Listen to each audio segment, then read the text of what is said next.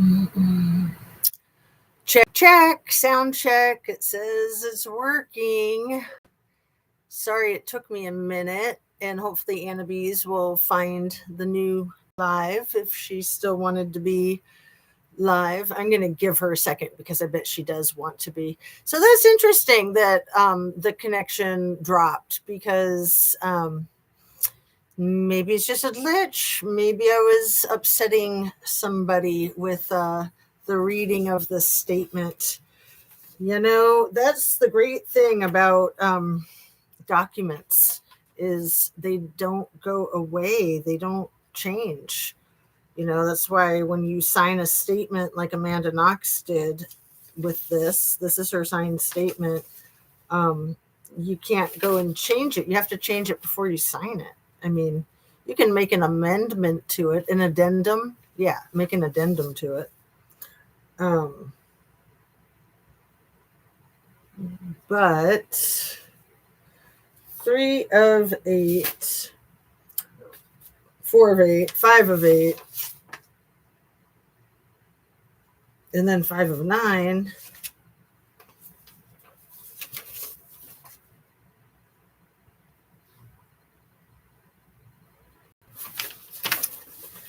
Okay.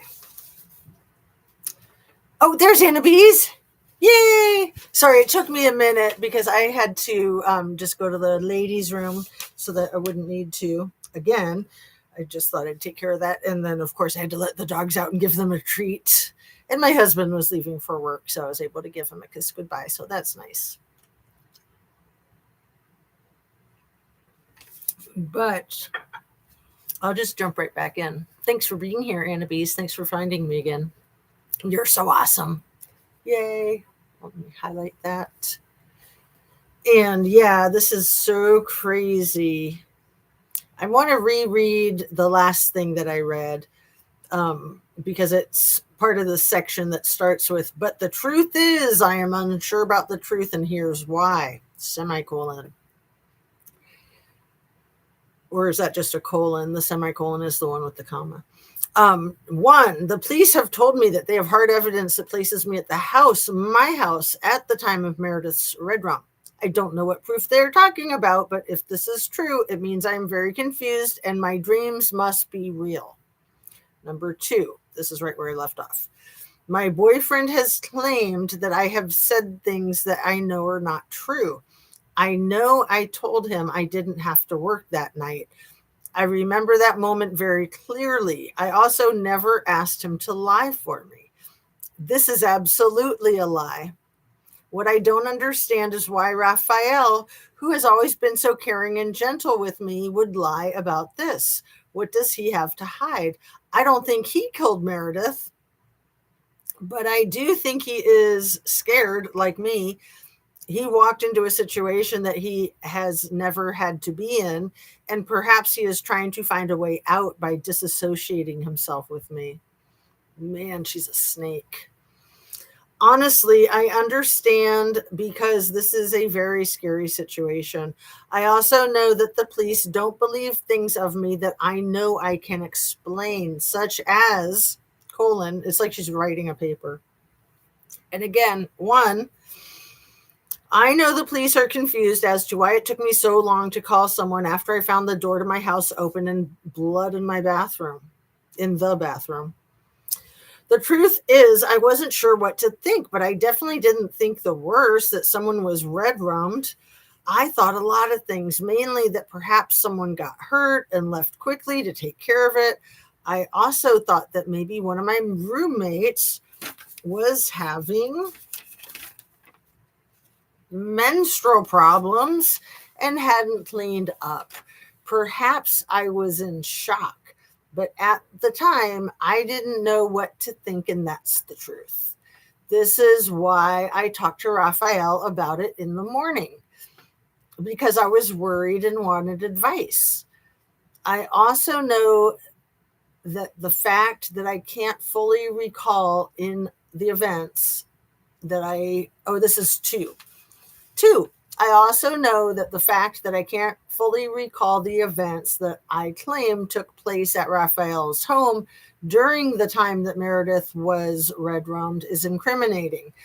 And I stand by my statements that I made last night about events that could have taken place in my home with Patrick. But I want to make very clear that these events seem more unreal to me than what I said before, that I stayed at Raphael's house. 3, she is so confusing. She is so full of, yeah, like you can't see right through these lies. I want to hit her in the head too. Okay. 3, I am very confused at this time. My head is full of contrasting ideas, and I know I can be frustrating to work with for this reason, for a lot of reasons, because you're who you are. But I also want to tell the truth as best I can. Everything I have said in regards to my involvement in Meredith's unaliving, even though it is contrasting, are the best truth that I have been able to think. Could you just call yourself a liar in a more poetic sentence? The best truth that I have been able to think. Okay, I'm trying. I really am, because I'm scared for myself. Yes, because we can't follow all of your lies. Well, she can't even follow her own lies. She can barely string a story together. She can't string a story together. I'm trying. I really am, because I'm scared for myself. I know I didn't kill Meredith. That's all I know for sure. In these flashbacks that I'm having, I see Patrick as the red rummer. But the way the truth feels in my mind, there is no way for me to have known, because I don't remember for sure if I was at my house that night. The questions that need answering, at least for how I'm thinking, are, again with the colon and the numbers, we've got 1, why did Raphael lie? Or for you, did Raphael lie? 2, why did I think of Patrick? 3, is the evidence proving my presence at the time and place of the crime reliable? If so, what does this say about my memory? Is it reliable? 4, is there any other evidence condemning Patrick or any other person? 3, seriously, it goes 1, 2, 3, 4, 3. Who is the real murderer? This is particularly important because I don't feel I can be used as condemning testimony in this instance. I have a clearer mind. Let me highlight your last comment, Annabise. And again, I always want to say thank you for being here and being in the chat. It's awesome. It's always nice to hang. Let's see. I have a clearer mind than I've had before, but I'm still missing parts, which I know is bad for me. But this is the truth, and this is what I'm thinking at this time. Please don't yell at me, because it only makes me more confused, which doesn't help anyone. I understand how serious this situation is, and as such, I want to give you this information as soon, as clearly, and as clearly as possible. If there are still parts that don't make sense, please ask me. I'm doing the best I can, just like you are. Please believe me, at least in that, although I understand if you don't. All I know is that I didn't unalive Meredith, so I have nothing but lies to be afraid of. Now this, I'm not sure what this is exactly. This is just 2 more pages that I have that's titled, I Am Not a Psychopath. It's reassuring, isn't it? I title a lot of things I write, I Am Not a Psychopath. I title my journal, I Am Not a Psychopath, every time I write in my journal. I'm kidding. I don't keep a journal currently. Well, I kind of do, but I've never written I Am Not a Psychopath. Never, ever in my life. And hopefully I'll never have to. There is no short list to the malicious and unfounded slanders I have suffered over the course of this legal process. In trial, I have been called no less than conniving, manipulating, man-eater, narcissist, enchantress, duplicitous, adulterer, rug addict, an explosive mix of rugs, wrecks, and alcohol, dirty, witch, red rummer, slanderer, demon, depraved, impostor, promiscuous, succumbus, evil, dead inside, pervert, dissolute, psychopath, a wolf in sheep's clothing, rapist, thief, reeking of Rex, Judas, she-devil, Luciferina. Is that all? Anything you need to add to the list? Was psychopath in there? I don't even know if it was. Yeah, it is. It's in there. I have never demonstrated antisocial, aggressive, violent, or psychotic behavior, and I'm not addicted to Rex or rugs. If the prosecution truly had a case against me, there would be no need for these theatrics. There would be no need for smoke and mirrors to distract you from the lack of physical evidence. But because no evidence exists that proves my guilt, the prosecution would seek to deceive you with these impassioned but completely inaccurate and unjustified pronouncements. One sec.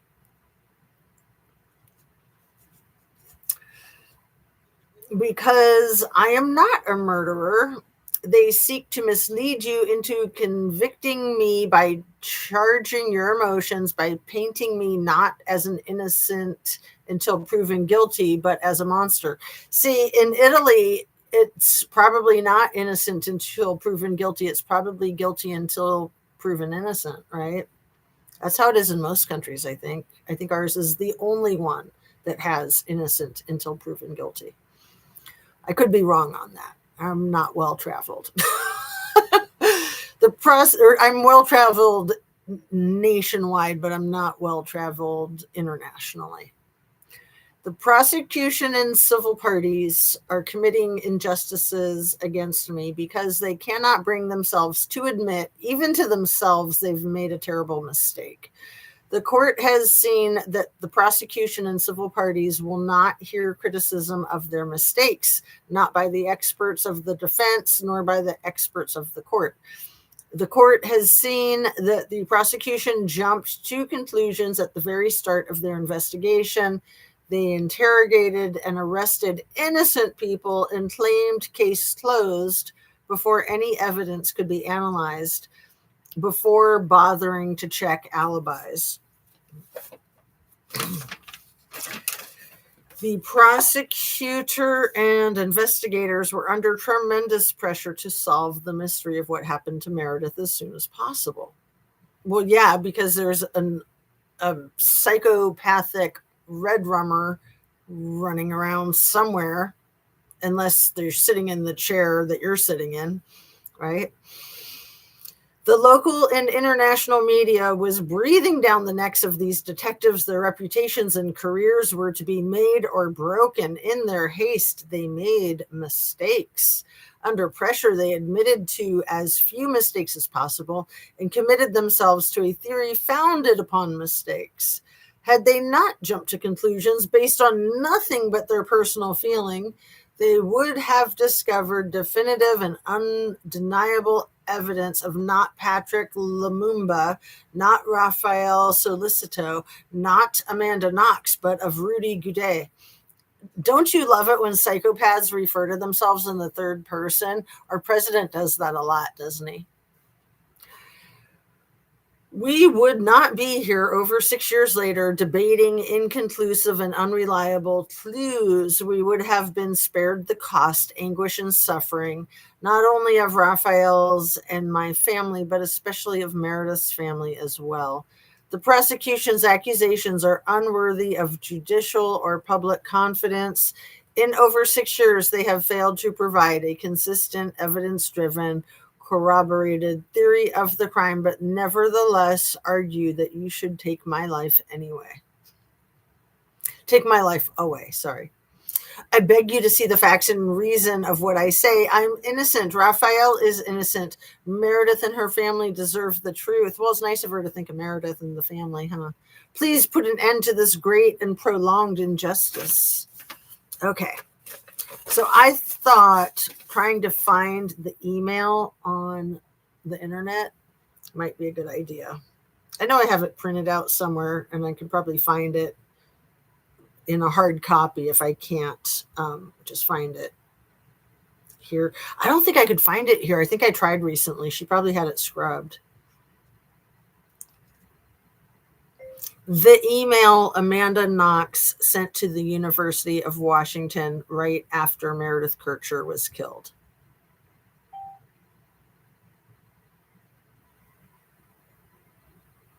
Oh, it might be right here.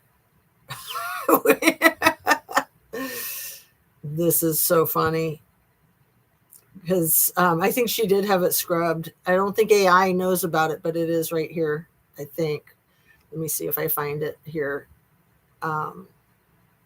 Yes, this is it. Yay!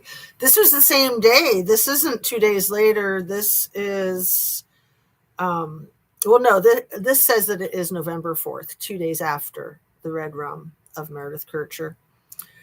And it's got a nice little picture here of Miss Amanda. Let's see if I can show you. So that's her making out with Raphael, one of the more famous pictures of the two of them, right outside the villa, completely necking, ongoing, while Meredith's remains are discovered and all the friends are flooding over to the apartment or to the place. So let me try to read that to you. It just went away. Sorry.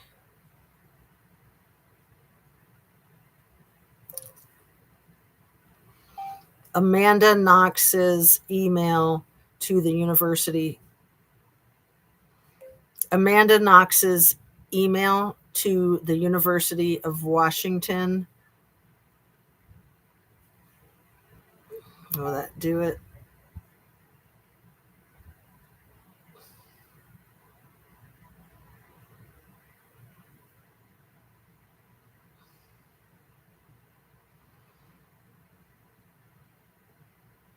Let's see. It wasn't exactly how I looked it up a second ago. Amanda Knox's email to the University of Washington right after Meredith Kircher was murdered. Yeah, so here it is. And you know what? I'm going to go ahead, if I can, I'm going to go ahead and add it to the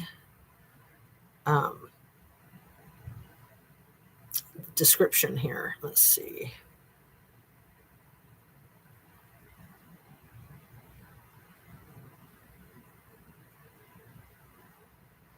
So in case I lose it, then it'll be easy to find it.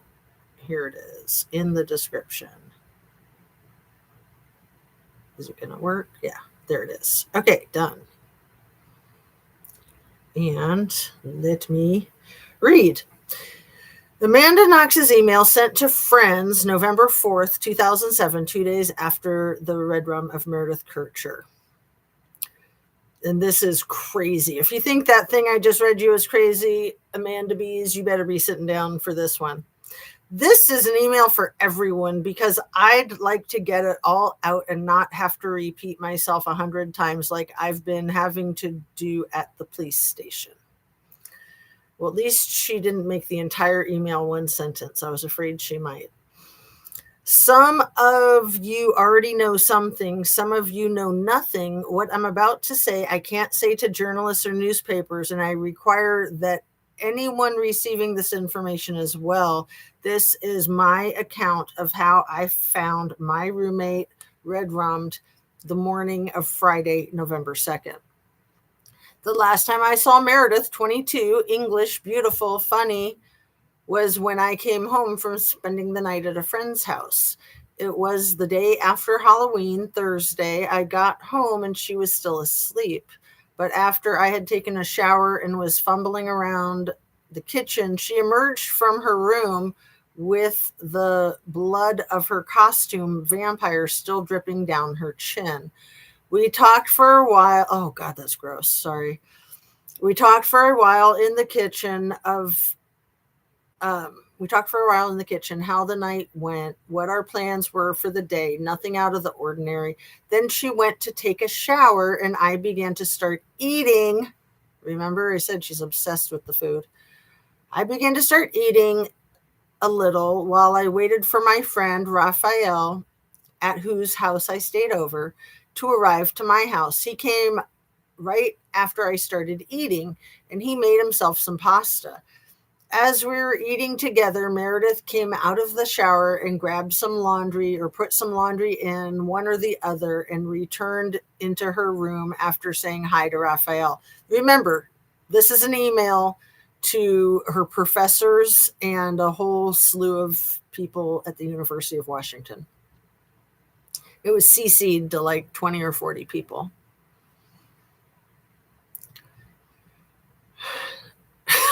About the laundry. Okay. After lunch, I began to play guitar with Raphael, and Meredith came out of her room and went to the door. She said bye and left for the day. It was the last time I saw her alive. After a little while of playing guitar, me and Raphael went to his house to watch movies and after to eat dinner and generally spend the evening and night indoors. We didn't go out. The next morning, I woke up around 10:30, and after grabbing my few things, I left Raphael's apartment and walked the 5-minute walk back to my house to once again take a shower and grab a change of clothes. I also needed to grab a mop because after dinner, Raphael had spilled a lot of water on the floor of his kitchen by accident and didn't have a mop to clean it up. That's funny. It doesn't say anything about the broken pipes, huh?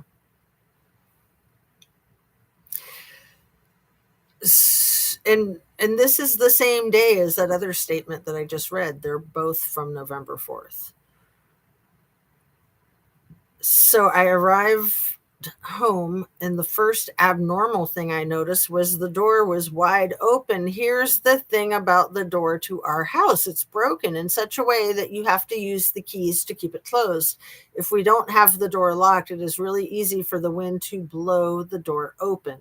And so my roommates and I always have the door locked unless we're running really quickly to bring the garbage out or to get something from the neighbors who live below us. Another important piece of information for those who don't know. I inhabit a house of 2 stories, of which my 3 roommates and I share the second-story apartment. There are 4 Italian guys our age, between 22 and 26, who live below us. We are all quite good friends and we talk often. Giacomo is especially welcome because he plays guitar with me and Laura, one of my roommates, and is or was dating Meredith. The other 3 are Marco, Stefano, and Ricardo. Anyway, so the door was wide open. Strange, yes, but not so strange that I really thought anything about it. I assumed someone in the house was doing exactly what I just said, taking out the trash or talking really quickly to the neighbors downstairs. But the neighbors downstairs were all not home for the weekend. And Meredith had the key to Giacomo's apartment so that she could take care of the cats. So I closed the door behind me, but I didn't lock it, assuming that the person who left the door open would like to come back in. When I entered, I called out if anyone was there, but no one responded, and I assumed that if anyone was there, they were still asleep. Laura's door was open, which meant she wasn't home. Okay, Amanda knew that the other 2 roommates were gone for the weekend. She's leaving all that information out because all these people in Seattle, they don't know any of this stuff. Oh, man.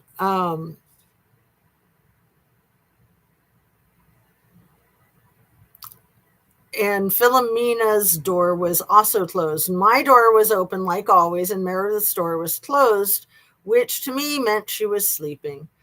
I undressed in my room and took a shower in one of the two bathrooms in my house, the one that is right next to Meredith and my bedrooms, situated right next to one another. It was after I stepped out of the shower and onto the mat that I noticed the red stuff in the bathroom. It was on the mat I was using to dry my feet, and there were drops of the red stuff in the sink. At first, I thought the red stuff might have come from my ears, which I had pierced extensively not too long ago, but then immediately I knew it wasn't mine because the stains on the mat were too big for just droplets from my ear. Although statistically, the ears do bleed the most, right? According to the president. And he knows, because that's what doctors told him, he says.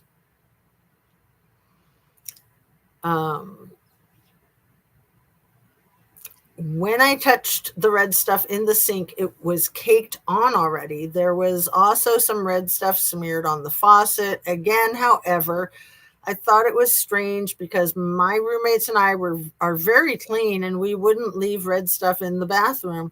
But I assumed that perhaps Meredith was having menstrual issues and hadn't cleaned up yet. Ew, but nothing to worry about. I left the bathroom and got dressed in my room. After I got dressed, I went to the other bathroom in my house, the one that Philomena and Laura use, and used their hairdryer to obviously dry my hair. And it was after I was putting back the dryer that I noticed the shit that was left in the toilet. Something that definitely no one in our house would do. I started feeling a little uncomfortable, so I grabbed the mop from our closet and left the house, closing and locking the door so that no one had come back closing and locking the door that no one had come back through while I was in the shower, and I returned to Raphael's place. After we had used the mop, so she's saying she didn't lock the door when she was in the shower, the door to the house, even though the door's broken and it can easily open, and it was open when she got there. After we had used the mop to clean up the kitchen, I told Raphael about what I had seen in the house over breakfast, the strange red stuff in the bathroom, the door wide open, the pile of crap left in the toilet. I mean, this is a pile of crap, right? And again, this is an email to her professors. Okay. I'll just read it the way she wrote it. The door wide open, the shit left in the toilet. He suggested I call one of my roommates, so I called Philomena. Philomena had been at a party the night before with her boyfriend, Marco, not the same Marco who lives downstairs, but we'll call him Marco F, as in Philomena. And the other can be Marco N, as in neighbor. She also told me that Laura wasn't at home and hadn't been because she was on the business in Rome, which meant the only one who had spent the night at her house last night was Meredith, and she was as yet unaccounted for. I'm trying to read this like Woody Guthrie or Arlo Guthrie, the younger one. That weird letter that he reads as a song. I'm going to start reading it like that just to keep it interesting, so I'm not boring myself or anyone else, because it's funny and this is so sad. And anyway, and she was as of yet unaccounted for. Philomena seemed really worried, so I told her I'd call Meredith and then call her back. I called both of Meredith's phones, the English one first and the last and the Italian one in between. The English one first and last, and the Italian one in between. The first time I called the English phone, it rang and then sounded as if there was a disturbance, but no one answered. I then called the Italian phone, and it just kept ringing. No answer. I called her English phone again, and this time an English voice told me her phone was out of service. Raphael and I gathered our things and went back to my house. I unlocked the door, and I'm going to tell this really slowly to get everything right, so just have patience with me. Why is she emailing it slowly? This girl's on drugs and adrenaline. The high of taking out her rival. The living room kitchen was fine, looked perfectly normal. I was checking for signs of our things missing. Should there have been a burglar in our house the night before? Philomena's room was closed, but I opened the door. Her room in a mess, and her window was opened and completely broken. I can't keep up with the Woody Guthrie thing. Arlo Guthrie, but her computer was still sitting on her desk like it always was. And this confused me. Convinced that we had been robbed, I went to Laura's room and looked quickly in, but it was spotless, like it hadn't even been touched. This too, I thought, was odd. Then I went into the part of the house that Meredith and I share and checked my room for things missing, which there weren't. Then I knocked on Meredith's room. I'm going to interject here. Oh, J.R. Nana Boomer, so lovely to see you. It's been forever. She's so unprofessional. None of this makes sense. How can they prosecute her again? That was so disgusting. She's a psychopath. Yeah, it is really sad. I don't think they can prosecute her again, but who knows? Who knows? Who are you talking about? Sending love and light to you. So this is Amanda Knox, who allegedly unalived her roommate, Meredith Kircher, 18 years ago in Perugia, Italy. Hi, J. Rana, talking about Amanda Knox, J.R. Nana. Oh, yes, I remember her. Yeah. Yeah. So this is an email that she sent to her professors and CC'd it to like everybody she knew. And it is nuts. It's like within 48 hours of the slaughter that she didn't do. Right? Okay. Where was I? Then I knocked on Meredith's room. At first, I thought she was asleep, so I gently knocked. But when she didn't respond, I knocked louder and louder until I was really banging on her door and shouting her name. What I wanted to mention was that Meredith was robbed of $300 cash, 300 or 350. I mean, it would be in euros. She had it to pay rent. She had it in cash, either in her dresser or on her dresser. I think it was in her dresser, but then it wasn't. But Amanda was arrested with over 250 euros in her pocket, even though she was broke and had no money in the bank and hadn't been to work in a few days. It was basically the same amount of rent minus the amount of a pizza and some underpants. Some lingerie, shall we say.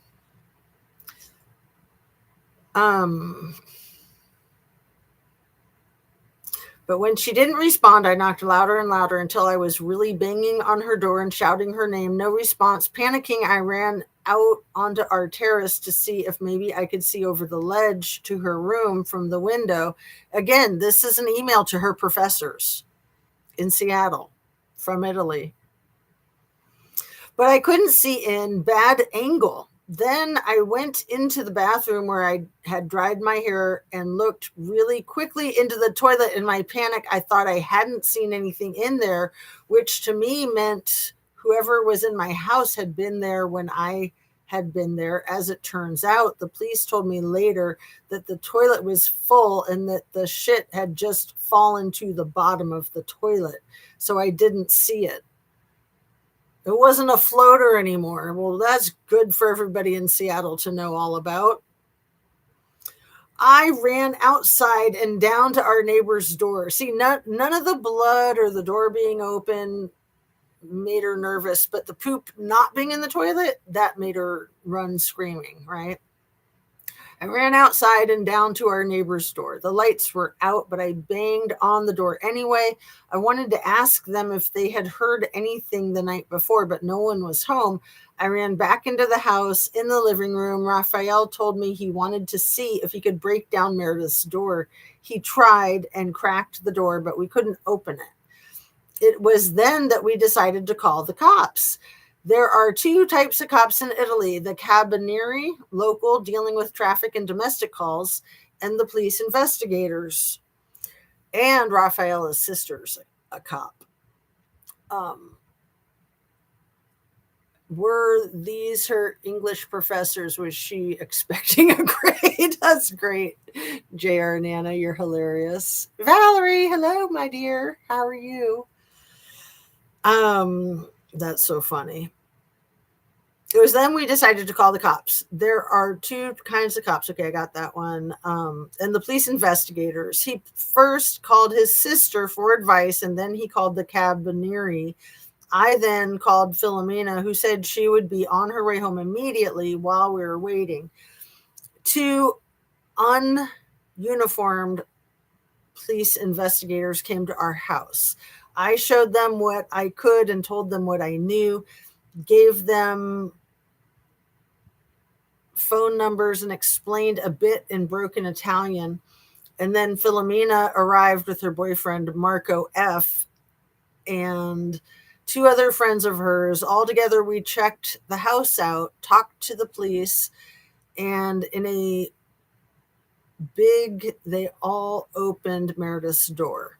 And in a big, they all opened Meredith's door. I was in the kitchen standing aside, having really done my part for the situation.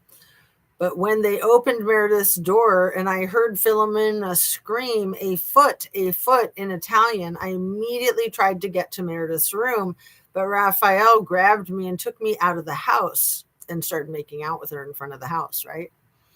I'm pretty good. Fred Field, hello to you too. Hello, everybody.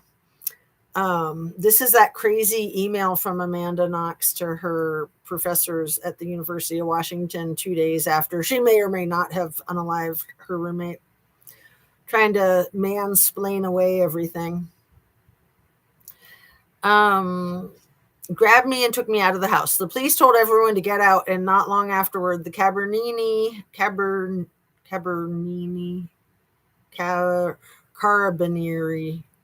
Sorry, I can't speak. I'm just going to leave it alone. I'll say police. The police arrived, and then soon afterward, more police investigators. They took all of our information and asked us the same questions over and over.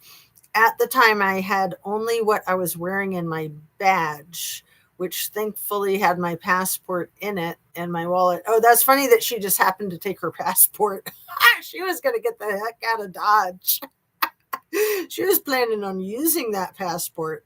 Yeah, what a coincidence. I just happened to have my passport and the $300 that I didn't have. No jacket, though, and I was freezing. After sticking around at the house for a bit, the police told us to go to the station to give testimony, which I did. I was in a room for 6 hours straight after that without seeing anyone else, answering questions in Italian for the first hour.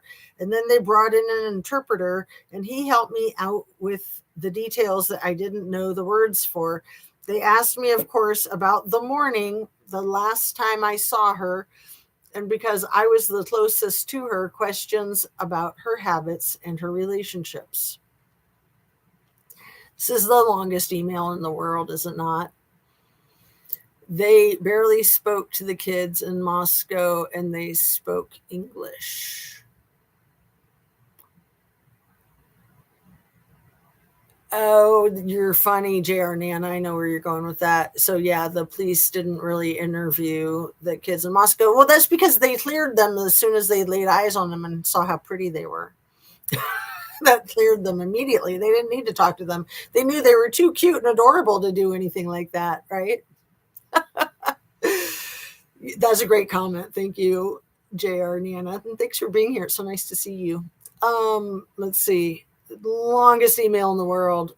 Here we go. Questions about her habits and her relationships. Afterward, when they were taking my fingerprints, I met two of Meredith's English friends. Two girls she goes out with, including the one who saw her alive that night she was murdered. there were the guys there too. Well, they were pretty boys. I know they were very pretty boys. I know. I was thinking that too when I saw how pretty they were, and I thought I'll just leave it because yeah, pretty boys are pretty boys. What can you say? When they saw how white they were, right? Sorry, not sorry. I mean, Koberger's not pretty, so he must have done it. Yes, you are right, J.R. Nana.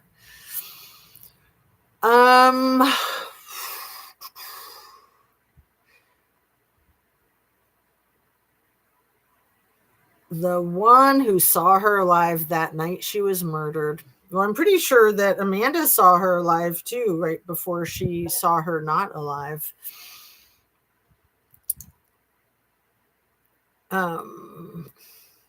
They also had their prints taken after that. This was around 9 at night by this time. I was taken into the waiting room where there was various other people who I all knew from various places, who all knew Meredith, her friends from England, my roommates, even the owner of the pub she most frequented. After a while, my neighbors were taken in too, having just arrived home from a week-long vacation in their hometown, which explained why they weren't home when I banged on their door. Later than that, another guy showed up and was taken in for questioning. A guy I don't like, but who both Meredith and I knew from different occasions, a Moroccan guy that I only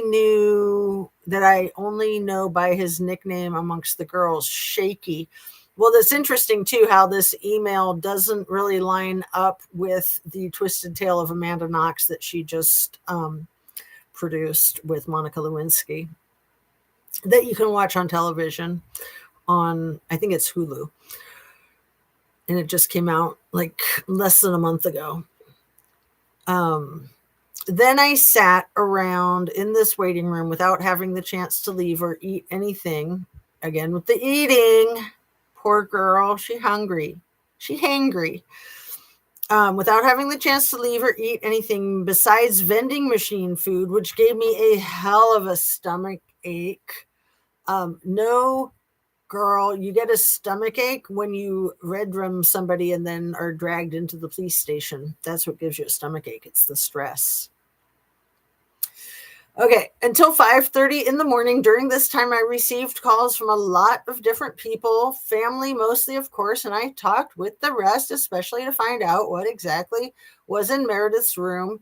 When they opened it, apparently her body was lying under a sheet and with her foot sticking out, and there was a lot of red stuff. Whoever had did this had slit her throat. They told me to be back in at 11 a.m. I went home to Raphael's place and ate something substantial and passed out. Well, thank goodness she ate something substantial. I'm sure everybody in Seattle is really happy to see that part of the email. We'll also talk about more current things once I'm done with this email, you guys. Get back to Charlie Kirk and the Ukrainian model that was... her life was taken the same way Meredith's life was taken. Okay, where are we going with this? Ate something substantial and passed out. In the morning, Raphael drove me back to the police station, but had to leave me when they said they wanted to take me back to the house for questioning. Before I go on, I'd like to say that I was strictly told not to speak about this.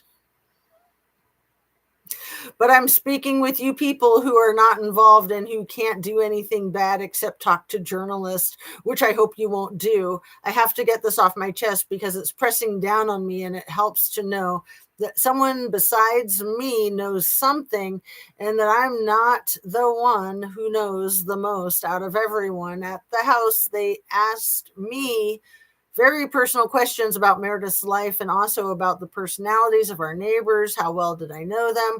Pretty well. We are friends. Was Meredith sexually active? Yeah, she borrowed a few of my condoms. Does she like anal? WTF? I don't know. Does she use Vaseline for her lips? What kind of person is Stefano? Really nice guy. Has a really pretty girlfriend. Very interesting. We'd like to know how you something, tell us if this is out of normal. So the thing about backdoor activity in the Vaseline, and I'm kind of thinking that little pink bunny rabbit that she hasn't talked about yet, that had something to do with the assault too. Amanda had a vibrator that she had on her keychain because she thought it was cute and funny. That really grossed everybody else out. Let's see. They took me into the neighbor's house. They had broken the door open to get in, but they told me to ignore that. The rooms were all open.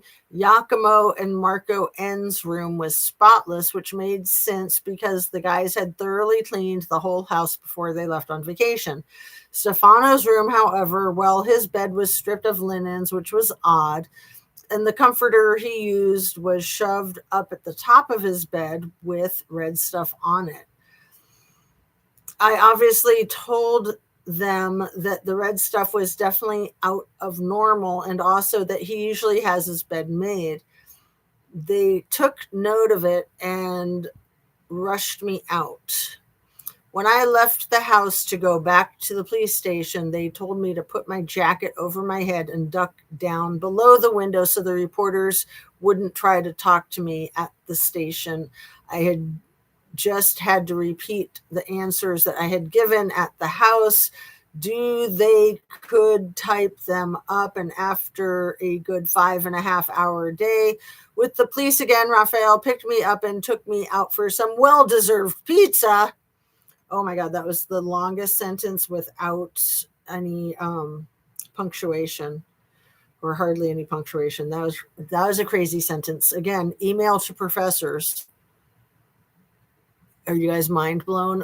WTF, the red stuff wasn't normal.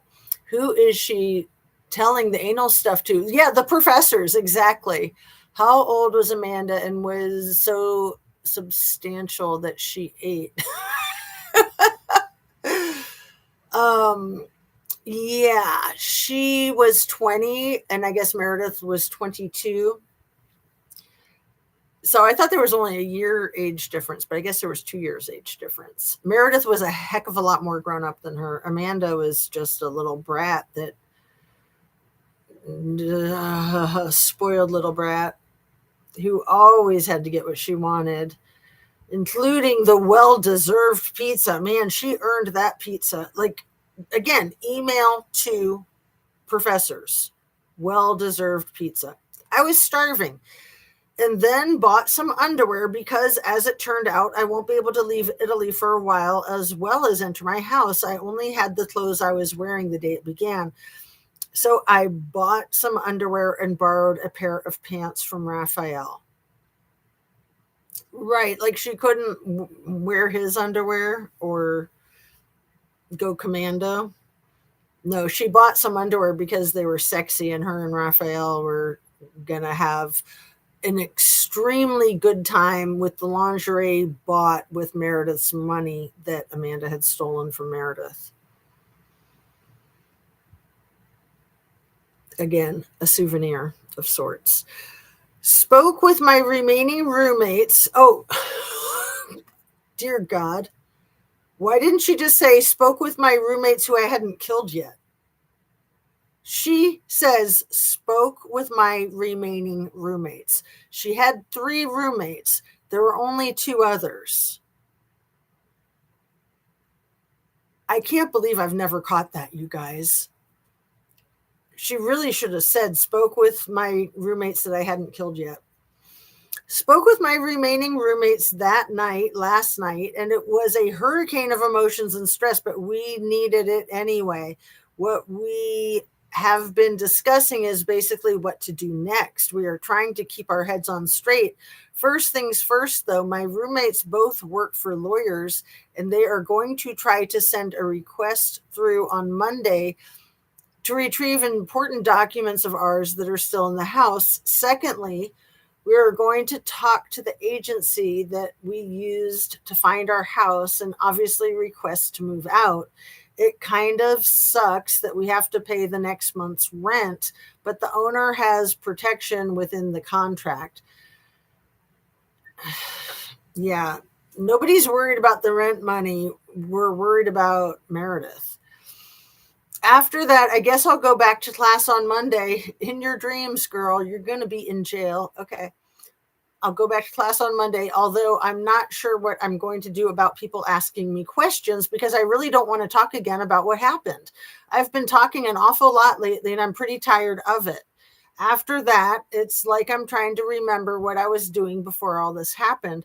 I still need to figure out who I need to talk to and what I need to do to continue studying in Perugia, because it's what I want to do. Anyways, that's the update. Feeling okay. Hope you are well, Amanda.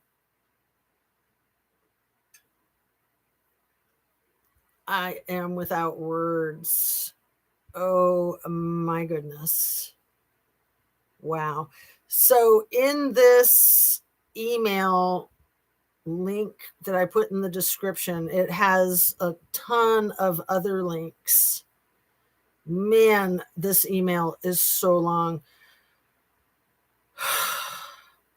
So that's from November 4th. And this other thing that I read you was actually from November 6th. Sorry, I wanted to get that clarified. I thought I might have been incorrect when I said the other thing I read was also from the 4th.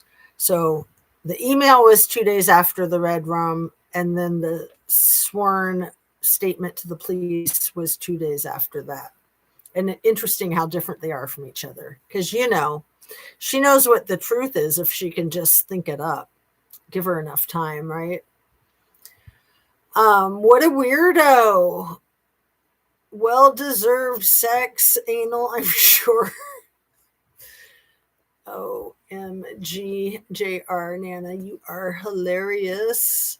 She is totally a weirdo. So that's one of the things she tries to mansplain away in her Twisted Tale of Amanda Knox, because everybody thought she was weird. Everything about her was weird. Like, she didn't have regular manners and social skills, and she didn't clean herself. She didn't shower. She didn't clean her room or the apartment. She didn't do her fair share. She would forget to flush the toilet often. She'd leave the dildo laying in the bathroom, probably with pubes on it. Sorry, trigger warning. Let me do my disclaimer. Everything I say is simply my opinion for the sake of hoping to start a conversation, open up a discussion, learn something, be educational. All my videos are made for the YouTube. It's an infotainment platform. And for anybody who doesn't know, I had braces put on last month. And so that's why it's kind of hard for me to talk, and especially when I bite my tongue. But I'm not going to let it stop me from doing my YouTube. At first, I thought it might. At first, I had so much trouble the first 2 videos. I mean, honestly, the first few days after I had them put on, I didn't talk to anybody. But I did do a couple of videos, and it was hard. I kept biting my tongue. I wasn't eating. I was just trying to have all my nourishment liquid. And I couldn't even sleep because these things are just so big in my mouth. But I needed them. It was a medical thing, and I'm glad I have them. And I'm able to eat. I'm able to talk. And I'm able to sleep. So it'll be okay. It's only for another year and 5 months. And then I'm going to have perfect teeth, which, hey, great side effect. Anyway, it sounds like she was writing a professor that she wanted to impress. I thought you were going to say, sounds like she was writing a professor that she wanted to sleep with.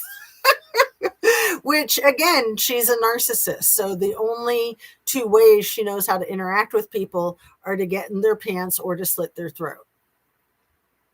That's a narcissist. Everybody is either like an angel and walks on water, or they're like a devil and they deserve to be deceased. In the mind of a narcissist, it's black and white. They split people, they divide people, they divide the room, they divide the school, they divide the office, they divide the family, they divide the Republican Party, you know? They divide everything. The nation, the Proud Boys. The MAGAs, they divide everything. I wonder if she had been essayed for a substantial amount of time from a very young age by someone close in the family. Amanda, gee whiz, J.R. Nana, that is so empathic of you to even give a crap about her. So I commend you for that. Anything's possible. She had a very unstable upbringing. I think her parents divorced when she was really young. They hooked up at a party, allegedly, is how they got pregnant with her. They probably got married because they got pregnant. And then I think she had a brother by the same parents. But then when her mom remarried, she had at least a stepsister. Maybe the brother was a half brother with the stepdad.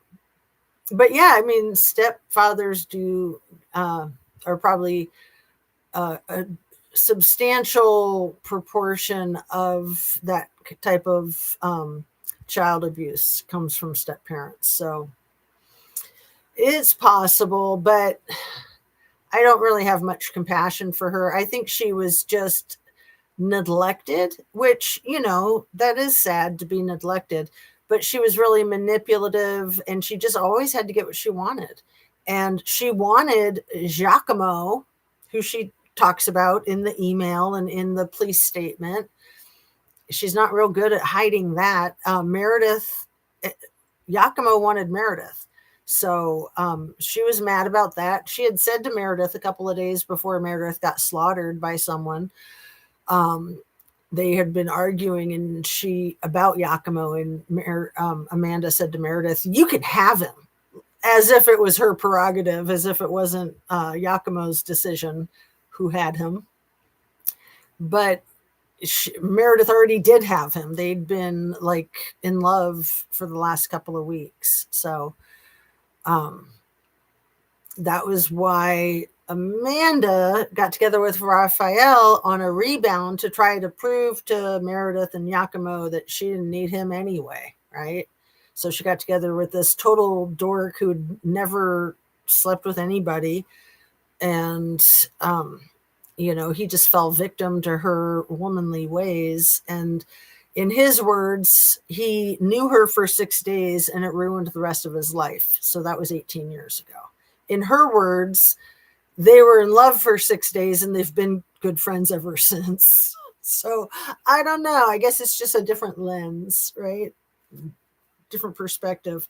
So one of the things that I want to hammer home about Charlie Kirk's assassination, getting back to that because it's imperative right now, and the Czechoslovakian woman, Irina Jaruski. Am I nailing that? Probably not. Let's see. I think Irina is how you say the first name. Zaruska, I think is how you say the last name. So the black man who wounded her neck with the sharp-edged object 3 times on the public transportation on surveillance camera, before he got off the train, as he was walking through the train, he was heard murmuring or muttering or, mumbling, "I got the white girl. I got the girl. I got the girl." I think it was "I got the white girl." Let me see what AI says about that.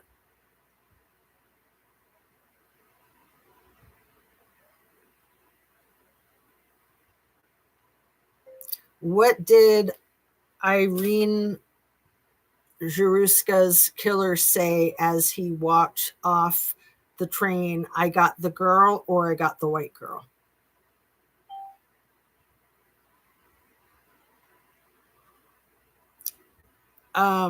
The claim that Irina was unalived on the train and that her killer said, "I got the white girl," is incorrect and conflates details. Oh, well, wait, that's because it's the name is wrong. Let's see.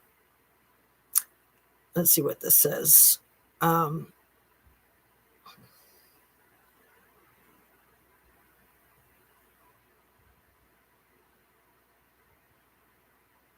I got this white girl. See, this says that the internet claims that he said that after.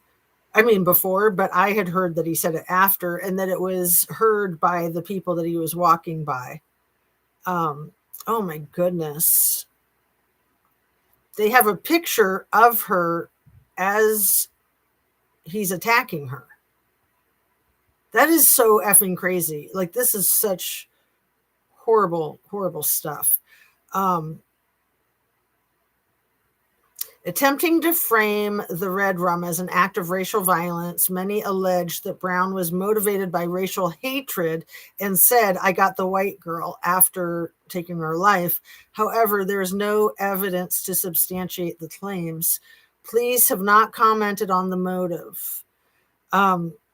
Okay, so I'm going to throw a very radical idea out here that I have not thrown out before, and I don't think anyone else on the internet has either, because it's pretty extreme.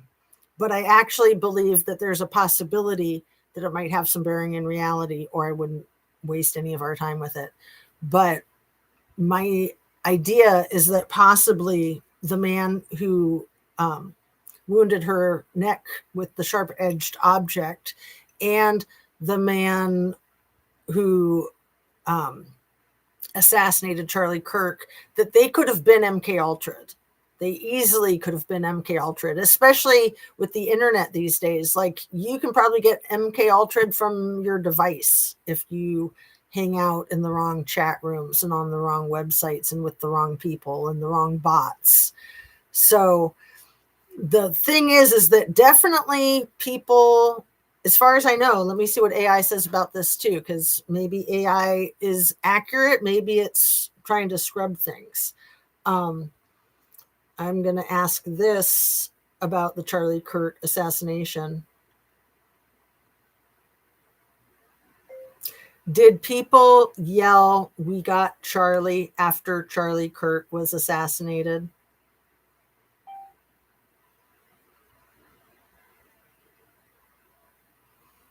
Witness says a man yelled, "I'd do it again," after the shooting. I don't know if that's true. After Charlie Kirk's unaliving, a suspect joked that his doppelganger did it. 22-year-old Tyler Robinson. This is New York Times article from 8 hours ago.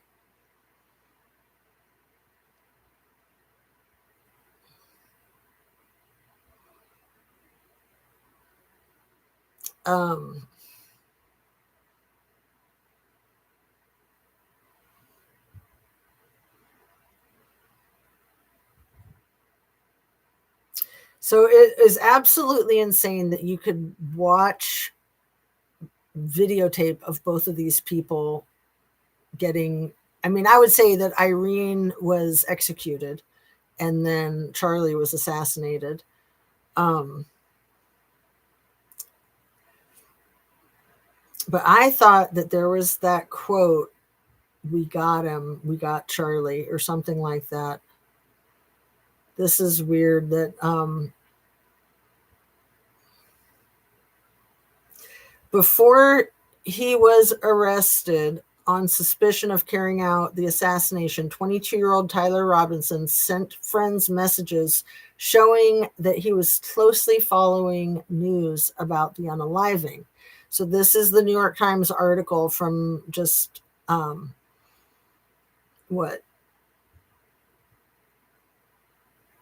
just a couple hours ago today.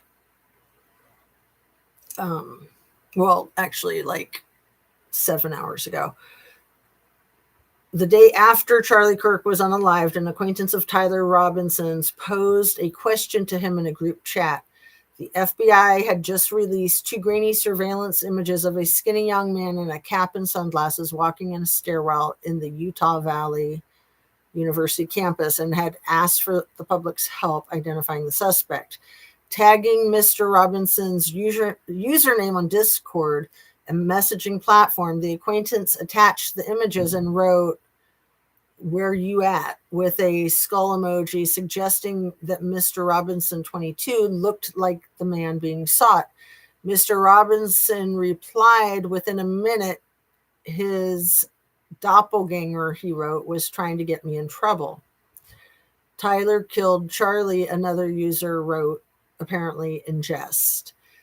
That was on Thursday afternoon around 1 p.m. local time. It was not until later that night, nearly 34 hours after the shooting, that Mr. Robinson was arrested on suspicion of carrying out the assassination of Mr. Kirk, 31, a conservative pundit whose unaliving has inflamed the political world. The Discord message were the clearest glimpse yet into the suspect's demeanor. Let's see. Yeah, I'll just finish this. It's just a couple more paragraphs. In the hours after the unaliving, they were shared with the New York Times by someone who knew Mr. Robinson in high school and has kept up with him in the group chat, which includes about 20 people, and said he had not seen Mr. Robinson in person for several years. He spoke on the condition that his name not be used, fearing harassment for being an acquaintance of the suspect.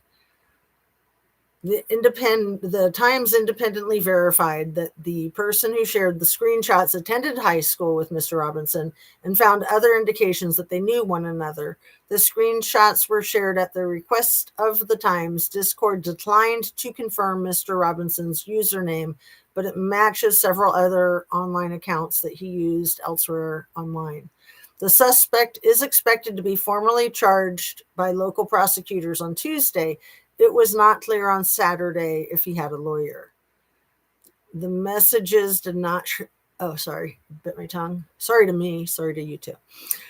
The messages do not shed light on a possible motivation for the shooting, which has been fiercely debated by people trying to ascribe blame to a political side. A police officer wrote in an affidavit that Mr. Robinson had recently discussed Mr. Kirk's upcoming event in Utah with a family member, and that the dad had talked about why they didn't like him. Yeah, it kind of goes on and on. I thought that it was wrapping up, but it's a longer article. So I'll just link that. Again, as I'm talking, I'll go ahead and link it in the description of the video for you to peruse if you'd like. Let's see. I screwed up one sec.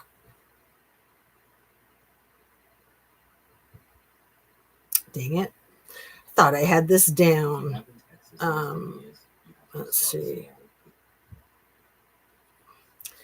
Almost. There it is. So 1, 2. So that whole article is in the description now. And I just wanted to look at one more thing.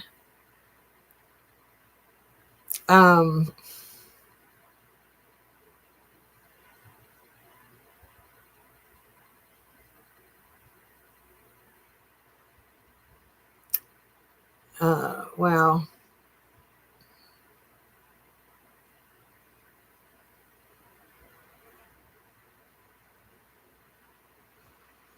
Wow.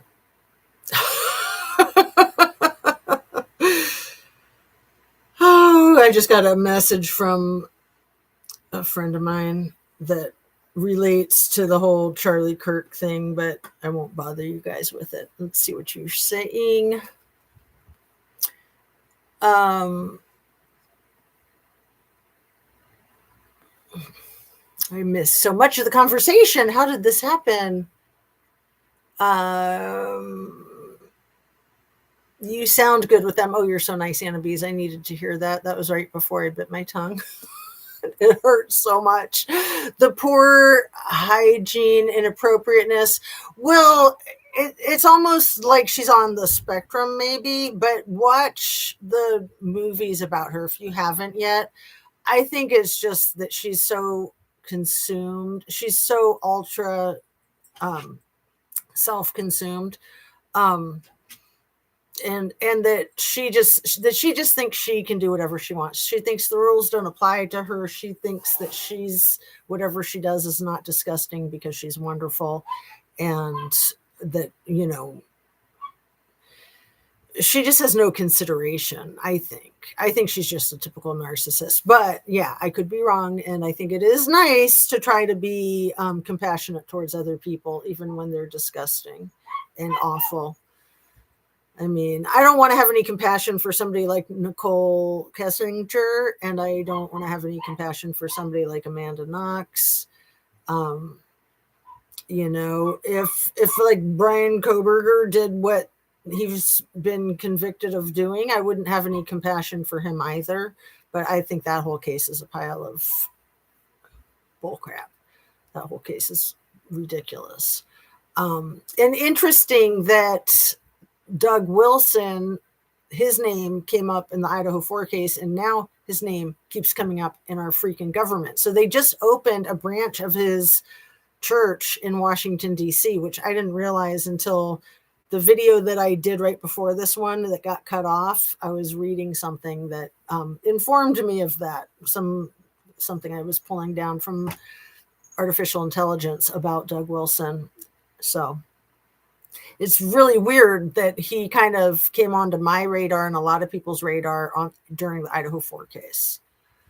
I mean, he's part of the whole like Project 2025 Heritage Foundation, Pete Hegseth, and that they opened a freaking church in Washington, D.C. is just nuts. But yeah, he's totally hooking up with that whole thing. He's got like all these government people in his congregation now. I'm sure he had lots of government people in his congregation in Moscow already, and then government people in his congregation in Tennessee and wherever else his stupid congregations are. There are some people who constantly lie for no reason. Well, and that's called being a compulsive liar, and they just can't not lie because that's all they do. Like, they couldn't tell you the truth if they tried. Because they're so accustomed to lying. So they just lie about everything and anything. Excuse me. Sounds like Gypsy Rose. He unalived her. The videos that I saw, she looked okay to me. No, JR Nana, I know. A sharp-edged object plunged into the neck 3 times. And yeah, she's kind of sitting there, like not even responsive. It's kind of like she's in shock or she doesn't know what happened. Like she didn't even feel it. And then she kind of realizes it and gets this look on her face. And then she slumps over. She passes away really quickly, which is weird because like even, so Amanda, Meredith Kircher had cuts on both sides of, what is it? Is it like the jugular and the carotid artery, Anna Bees? We were talking about this, I think, yesterday. Is it jugular vein on one side, carotid artery on the other side, or are they both on the same side? I'm totally oblivious about that stuff. But anyway, we know that those are the places that you don't want to get injured if that's super serious, and you'll bleed out if you do get injured there. So Meredith was injured on both sides of her neck with 2 different sharp-edged objects, not the same one, 2 different sharp-edged objects. But she also had like 37 small cuts on her face. So they'd been torturing her for a long time. They'd been taunting her as they were assaulting her, and who knows, maybe asking her for like the passwords on her bank accounts, because she came from a lot of money, and Raphael came from a lot of money, but Amanda didn't. And Rudy Goudet, his adopted parents had a lot of money, but I think he'd been like disassociated with them because he had so much trouble and he was committing crimes and dealing and stuff. Anyway, where was I with all of that? You know, it's interesting that Irene and Charlie Kirk were both injured in the same spot on their necks. It's also interesting to me that they both were gone, like instantaneously. It's interesting to me that you could watch both of them get executed and assassinated on the internet. Like, that's not normal. Even if those surveillance tapes exist, they should not be getting put up on the internet, period. They're so careful about screening the freaking F-bomb out of videos for YouTube, but yet they put up hundreds of videos of both of them getting unalived. And so now all of the ones of Charlie Kirk have been taken down, as they should be, but the ones of Irene are still up, which is crazy. So they were both hit in the same spot. They both dropped really quickly, which made me wonder. And at first I thought, okay, I'm being a crazy conspiracy theorist, but it made me wonder, like, could the sharp-edged object and the ammunition, could they have been poisoned to make sure that they dropped quickly and to make sure that the life was taken out of them? I think it's a possibility. I think there's other parallels too, especially if he was saying, I got her, I got that girl. Whether he said, I got that girl, or I got the white girl, he was mumbling to himself as he was getting off the train. The witnesses said that he was saying, I got that girl. At Charlie's speaking event, there were people allegedly in the audience saying, we got him, we got Charlie. And the theory is that it's not the crazy left-wing radicals, but that it's the crazy right-wing radicals that are Nick Fuentes followers that were at war with Charlie Kirk.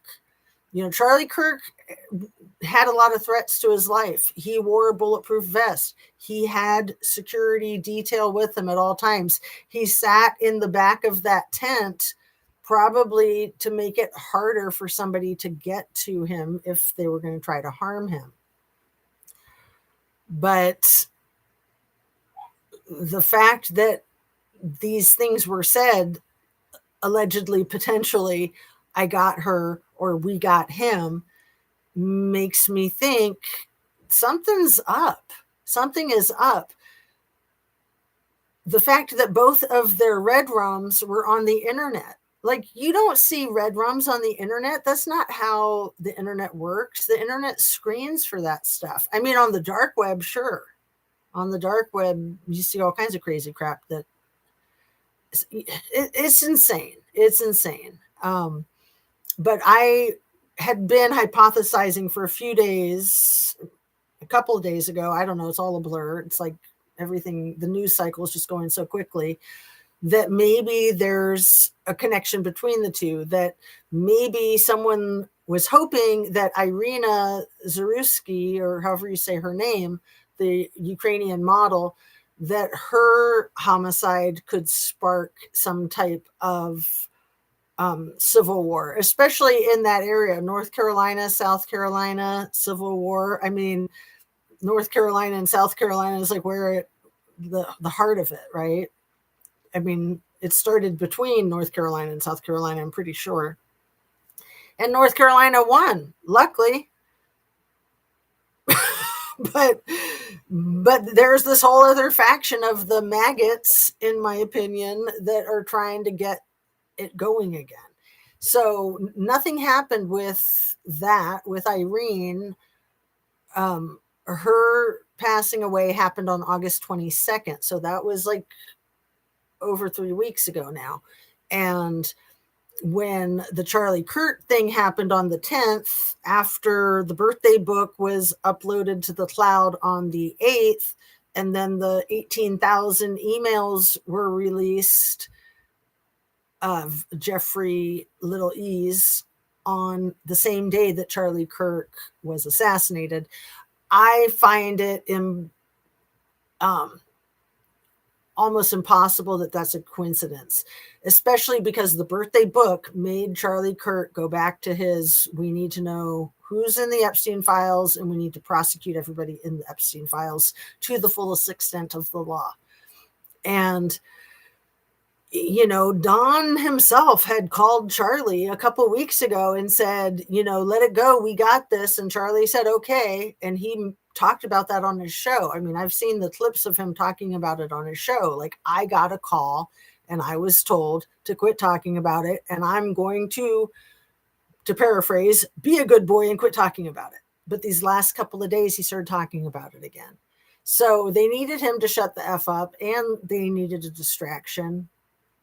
And there's so many other people to be implicated other than DJT, like the Big E who owns Tesla, like the Prime Minister of Israel, like Daddy Vladdy, and many like them, the guy who owns Meta and started Facebook, that guy, and the guy who owns and started Microsoft, and probably Bezos, and probably this other, Peter Mandelson, who's already lost his job because of it. That stuff was released on Wednesday. Well, the Monday for the book, and then Wednesday for the emails. And then Peter Mandelson was forced to resign on Friday, I think. And now we're at Sunday. And all the people that are on the list of the special gifts that I think Jiz was buying for everybody, the Rolexes. And then Trumpster Fire being in the Rolex booth at the US Open last week with a little blue pill in his teeth. When I first saw that, I thought that's got to be AI. But that stupid 10-minute video, give or take a minute, that he made sitting there at the Resolute desk with the right hand like this and the left hand like this, and the one that's oversaturated that I and others have been wondering if it was AI or not. It was him enhanced with AI, in my opinion. I think that that's been proven by many people now on the internet. So why was he enhancing it with AI? My guess is because this thing on his hand was really hard to hide, and probably his face. Remember, his face was doing this. Maybe he was slurring his speech too, the way I am. I don't know. But this stuff is just nuts. Where are we at? You guys have so many good comments. Let me see what you're saying. Don't leave Sammy out. Thank you, Fred. You're the best.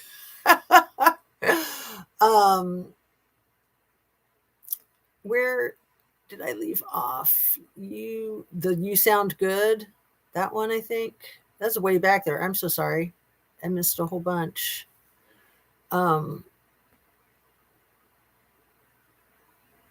Okay, here we are. I'm gonna speed read and get caught up with you guys because I see a bunch of great comments. The poor hygiene, the inappropriateness. Yeah, I read that one. There are some people who constantly lie for no reason. I think that was Gypsy Rose, unalived her. Okay, was that the last one I read? I'm gonna highlight that one. I think that was the last one I read. JR Nana's. The videos that I saw, she looked okay to me. So after she slumped over, she was on the floor and she was gone. It was really sad. It was really sad. It was really sad with Charlie Kirk too. I don't like what he talks about or talked about, other than like release the Epstein files, of course. But for the most part, I found him atrocious, the things that he would say, other than free speech and release the files. Those two things I can agree with him on. But watching that happen to him is so horrifying. I could cry just thinking about it. He could have had a chance to come around and be a better person. He could have learned from his mistakes. He was becoming a father. He had a 3-year-old daughter and a 1-year-old son, and his wife, who's pretty vile. I'm going to just say it, because something's wrong with her. Even her statements that she's made after his passing. Personally, I think that she's being paid money to get on board with whatever. But, I would have some compassion for her because her husband got assassinated. She was there. She had her 3-year-old girl and her 1-year-old boy with her. That's awful. those little kids are scarred for life, and she's scarred for life. And yeah, I think being a parent it can make you a better person. I really believe that. I mean, it definitely helps you be less self-absorbed, if that's possible. If you have it in you, having children will do that for you. J.R. Nana, she's a liar like Gypsy and an evil manipulator like Scammy. I agree, Anna Bees. That's why I wondered if there were some precursors that affected her thinking, just the thought, not thoughtfulness. Well, and she was a rug addict. I mean, not only did she smoke a lot of pot, I think that she was doing the Coca-Cola too. Like, she was withdrawing 350 euros out of her account every day, which is like the maximum amount that you can withdraw from the cash machines there in Perugia at the time. And she was doing it every day. So she was probably dealing, which was probably something that she was doing through her work at Le Chic, at Patrick's Club. And that was probably another reason why he didn't want her coming in, was because he didn't want to get involved with that. That's hardly ever talked about in the case. And I have found in real life and in these true crime cases that they usually leave the rugs out of the case. Like, they just don't want to drag the victims through the mud, and more importantly than that, they want to protect the cartels, in my opinion. I mean, the cartels that don't tell. Anyway, Jazz, yes, I think there is something going on. Did they all have Catcher in the Rye books? You're being facetious, right? I mean, the Catcher in the Rye book was being carried by the idiot that took John Lennon out. And I love the Catcher in the Rye book. I mean, it's a depressing book, but I love that book. But yeah, I think that's a great, silly question. I mean, I doubt that the schizophrenic guy read, and this guy, Tyler Robinson, seems to be smarter than your average bear. Like, he got really good grades, like really good grades, like in the 100 percentile. So, like, not the 99 percentile, but the 100 percentile. And he got some kind of like scholarship too. Hi, BoobTube. What's up? Listening in. Much love. And yes, I have warned everyone for 2 years. Discord keeps records of everything. Well, that's great, BoobTube. I have been so consumed with Charlie Kirk's passing because I think, like the people in South Korea are thinking, in South Korea, they've been protesting all weekend, holding signs, walking in the streets. The signs say, "We are all Charlie Kirk." And I think we are all Charlie Kirk.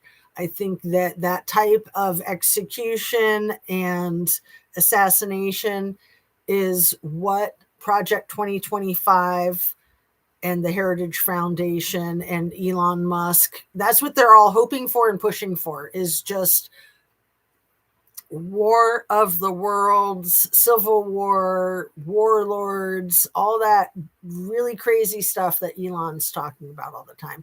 And he's just been going off the rails. He's probably higher than a kite, and he's doing everything within his power to try to instigate civil wars, not just in our country, but internationally. And fortunately, I think most people realize that he is out of his mind. Like, I don't think it's going to work. I don't think this crap, Trumpster fire, I think he's going to have to surrender eventually. I think, and I hope, fingers crossed, but I think we all need to pay attention because he's trying so hard to distract from what happened a week ago tomorrow with Alex Acosta in Washington, D.C. What did he disclose in that interview? It couldn't have been good, or we would have heard it already, right? It's been almost a week. We've heard nothing. Like, it's never even mentioned. And then the things that they're trying to make out of Charlie Kirk's murder, like that the Democrats are all demon monsters that did it, like, come on, like, pot calling the kettle black. The right are the demon monsters that do these things. I mean, I really think that our leadership of our government administration had that planned. And they're telling on themselves when they fly the vice president there. They're telling on themselves when they fly his remains on Air Force 2 back to Arizona, where he lives. They're telling on themselves when they put the flags at half-mast for 5 days for him, but yet they didn't want to keep they not only didn't want to keep the flag at half-mast for Jimmy Carter, but they didn't keep the flag at half-mast for Jimmy Carter. Like, F you, Donald J. Trumpster Fire. Like, you can just screw all the way off. And the horse you rode in on, MF. I mean, Charlie Kirk did not deserve to die, but he also doesn't deserve a medal. He doesn't deserve the flag being lowered to half-mast for 5 days. And he doesn't deserve to be flown on Air Force 2. That's our taxpayer dollars. How much money are they going to spend of our taxpayer dollars for his funeral? Again, out of guilt and admission of guilt. They're so stupid. They don't realize how freaking transparent they are when they're trying to be opaque, right? In my humble conspiracy theory opinion, allegedly. Man, but I am so upset about it. I'm so upset what happened to Charlie Kirk. That should never have happened to him or anyone else on a college campus in the middle of the day. DJT is a terrorist. I think he's behind these things. If he's behind Charlie Kirk, that by itself makes him a terrorist. That by itself. All by itself. Not to mention the things that he's been accused of by little E victims. Not to mention the one Jane Doe, what does she go by? Katie Johnson, that says that she was violated by both little E and little T when she was 13. And she filed that lawsuit 3 times in 2016, the year of the election. She filed it 3 times and she withdrew it 3 times. And nobody knows what happened to her since. She could be gone for all we know. Just like the 12-year-old triplets that little E was gifted for his 50th birthday by Jean-Luc Brunel. And all these people that keep dropping like flies, like the one guy who was shot and hung himself. What was that guy's name? Mark Middleton, May 2022. Just a couple of months before Jizz's sentencing. Just 3 months before Ivana falls down the flight of stairs. You've got Stephen Bing, Stephen Hoffenberger. These are some of the names of the 22 people that are talked about in that Yahoo article that I put in my description of one of my 2 videos yesterday. But they're also mentioned in the Call Me Chris video that I linked up in the description of part 1 of this live. And I'll link those same links in the part 2 that we're in right now. Because she goes down some of that list. And maybe that's what I'll do in my next live. Unless I have it right here and can just, I mean, I've just been flying through this notebook like never before. And I keep thinking I need to just like go through it. Did you know the Daily News was owned by Mark Zuckerman? I did not know that. So the sheiks who gave Donnie the plane, in my opinion, they're implicating themselves in the little E crimes by giving him that gift.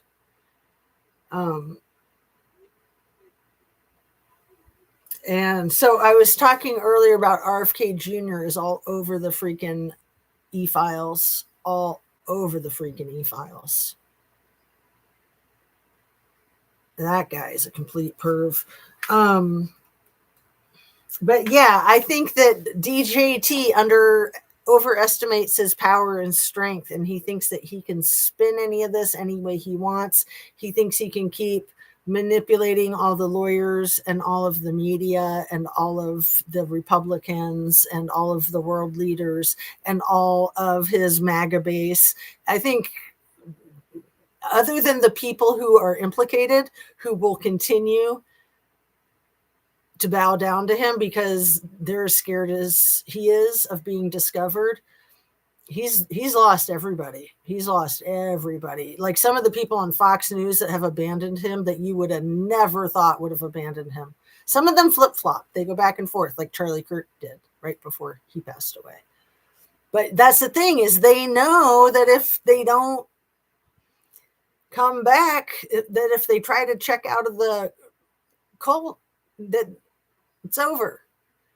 You know, they'll start having their rabbit get boiled and crap like that, like in Fatal Attraction. Let's see. Book looks creepy. Oh, BK looks creepy. He looks so creepy. They keep releasing, in my opinion, enhanced photos of him looking creepier and creepier and creepier. Like I hardly even look at him because I'm just like, this is just a crock.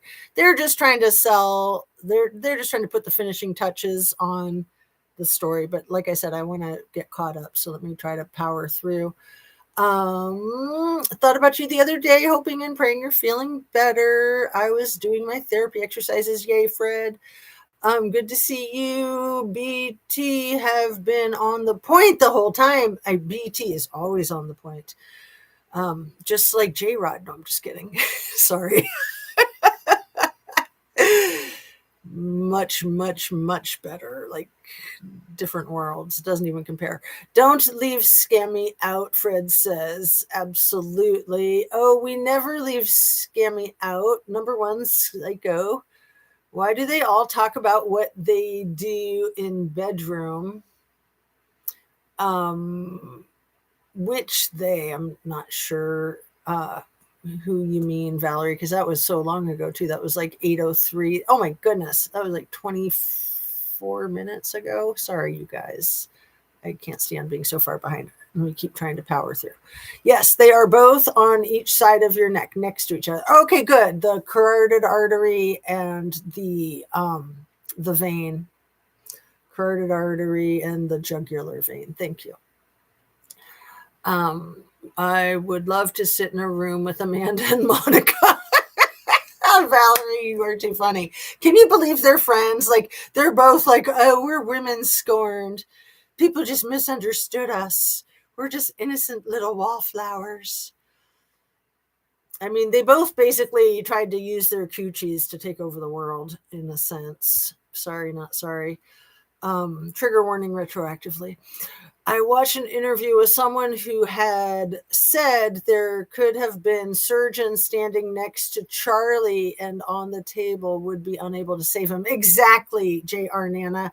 I haven't heard it said so well, but yeah, he was gone instantly. Like, you can see it. There's even a couple of videos. You have to dig, but you can still find them where you can see it. Like, usually the only videos that are left up are the ones that cut right before the point of impact. But I saw one even just last night.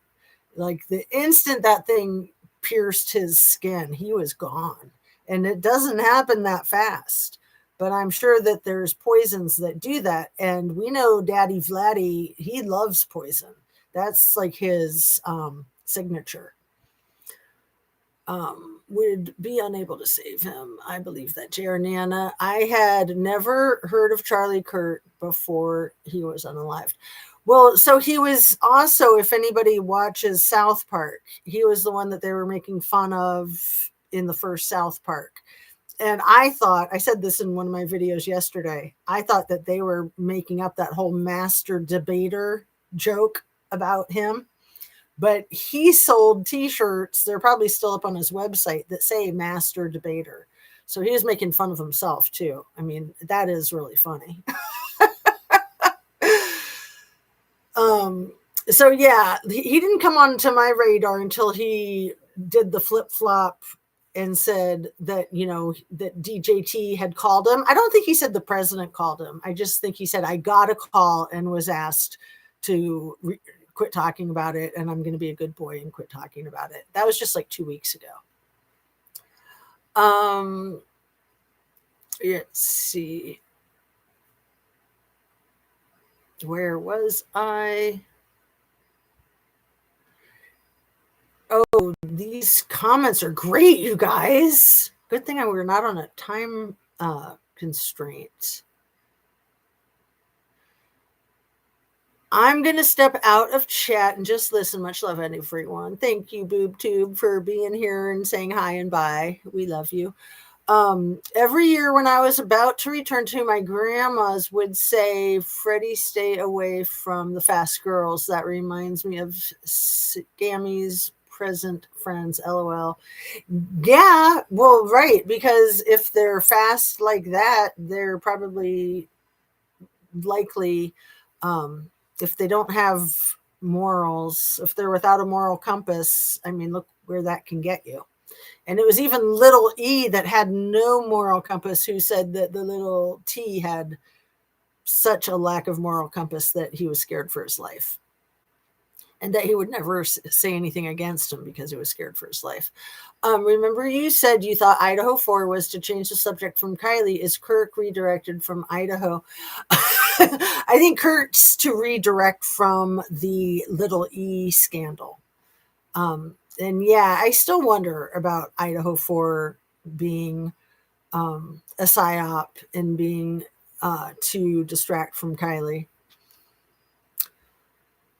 College, Fred says, it would be a miracle if you could hold onto the artery or vein, whichever was cut, and try to stop the bleeding. But you would have to transport to the hospital without letting go for even a second. Right. You'd have to like put a lot of pressure on it. And yeah, like what you're saying is you probably couldn't put enough pressure on it. I gotcha.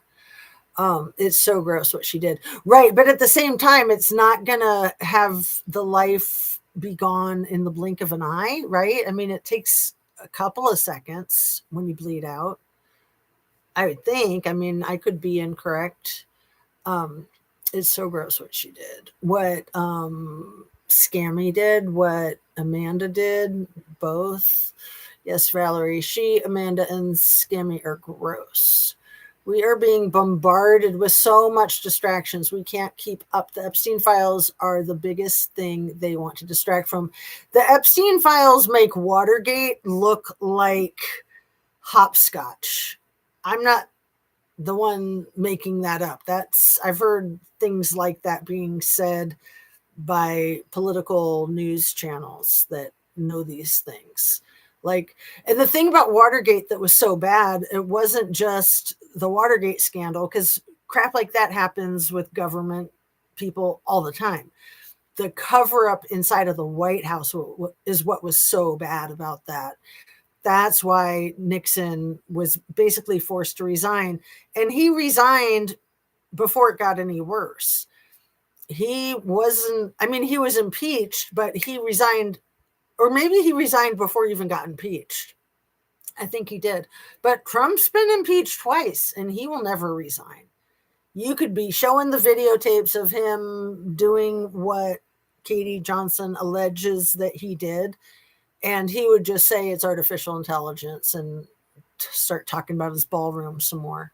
Seriously. Disgusting.